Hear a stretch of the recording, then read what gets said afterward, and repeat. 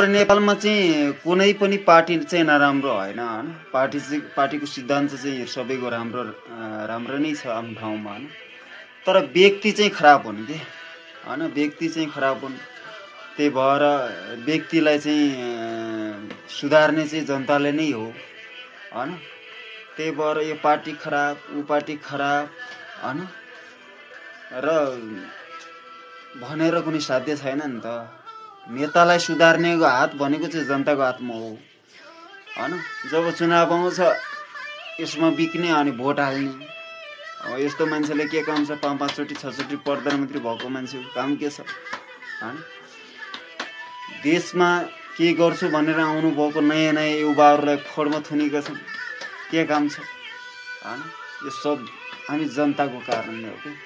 हुन त कसैले एक रातमै कार्य प्रकट चाहिँ गर्ने कसैले पनि होइन, तर पनि अलिकति आशा भरोसा होइन।